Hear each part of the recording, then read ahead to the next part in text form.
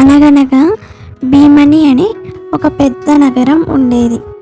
ఆ నగరంలో రుద్రయ్య అనే ఒక పిసినారి ఉండేవాడు. తను ఎప్పుడూ డబ్బులు ఎలా సంపాదించాలని ఆలోచిస్తూ ఉంటాడు. అలా తన ఆలోచనలతో ఆ నగరవాసుల్ని ఇబ్బంది పెడుతూ ఉండేవాడు. అందరినీ బేరాలు ఆడుతూ తన పిసినారితనంతో చాలా ఇబ్బంది పెడుతూ ఉండేవాడు. అలా నివసిస్తూ ఉండేవాడు. ఒకరోజు ఒక బాటసారి నడుచుకుంటూ ఎండకు అలసటగా ఉంది అని ఒక చెట్టు పక్కన కూర్చుంటాడు.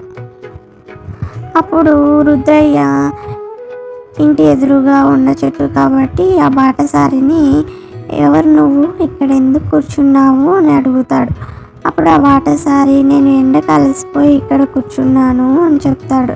అప్పుడు బాటసారి, ఈ చెట్టు నాది, ఈ చెట్టు కింద కూర్చోవాలంటే నన్ను అడిగి కూర్చోవాలి అని అంటాడు. అప్పుడు ఆ బాటసారి, అవునా, ఈ చెట్టు నేను రోడ్డుకు సంబంధించింది అనుకున్నా, అందుకు కూర్చున్నాను అని అతనితో అంటాడు. రుద్రయ్య, ఇక్కడ కూర్చోవడానికి వీల్లేదు, వెళ్ళిపో అంటాడు. అప్పుడు ఆ బాటసారి అక్కడి నుంచి నడుచుకుంటూ, ఈ రుద్రయ్యకు ఎంత పిసినారి బుద్ధిని ఆలోచించుకుంటూ తనకు ఎలాగైనా బుద్ధి చెప్పాలని, ఏమో ఒకటి చేయాలని ఆలోచిస్తాడు. అప్పుడు తనకైతే ఒక ఉపాయం దొరుకుతుంది. ఎలాగైనా తనకు బుద్ధి చెప్తాననేసి తర్వాత రోజు రుద్రయ్య వాళ్ళ ఇంటి దగ్గరికి వెళ్ళి అదే చెట్టు దగ్గరికి వెళ్తాడు. రుద్రయ్య, మళ్ళీ ఎందుకు వచ్చావు ఇక్కడికి అని అడగగా, బాటసారి, చెట్టు నీడను నాకు అమ్ముతావా అని బాటసారి అడుగుతాడు. అప్పుడు రుద్రయ్య, చెట్టు నీడను అమ్మితే కూడా డబ్బులు వస్తాయా అని తన పిసినారి బుద్ధితో సరే అమ్ముతానని చెప్తాడు. అప్పుడు ఆ బాటసారి, సరే అయితే ఈ చెట్టు నీడ నాది ఇంక నుంచి అని డబ్బులు ఇచ్చి ఆ బాటసారి దగ్గర నీడను కొనుక్కుంటాడు. రుద్రయ్య, ఇప్పటి నుంచి ఈ చెట్టు నీడను నువ్వే వాడుకోవచ్చని బాటసారికి రుద్రయ్య చెప్తాడు. బాటసారి, అలాగే ఇంక నుంచి నేను ఈ చెట్టు కిందనే ఉంటాను, ఈ నీడ ఎక్కడుంటే అక్కడ ఆ నీడ నాది అని చెప్పి అక్కడ నీడ కింద చెట్టు కింద కూర్చుంటాడు. ఆ నీడ కొద్ది కొద్దిగా మారుతూ వస్తుంది కదా. అలా ఆ చెట్టు నీడలో తన గొర్రెలను, ఆవును కట్టి అక్కడే మేపుకోవడం చేస్తాడు.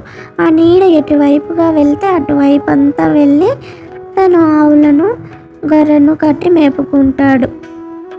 అలా తన నీడ పొద్దుపోయేసరికి మారుతూ తన ఇంటి కాంపౌండ్ వరకు వెళ్తుంది.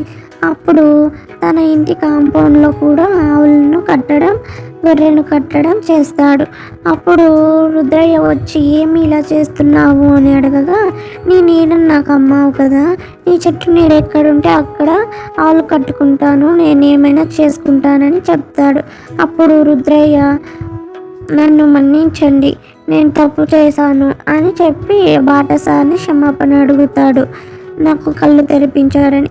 అప్పుడు బాటసారి, ఇప్పటికైనా అర్థమైందా అని చెప్పి తన కళ్ళు తెరిపిస్తాడు.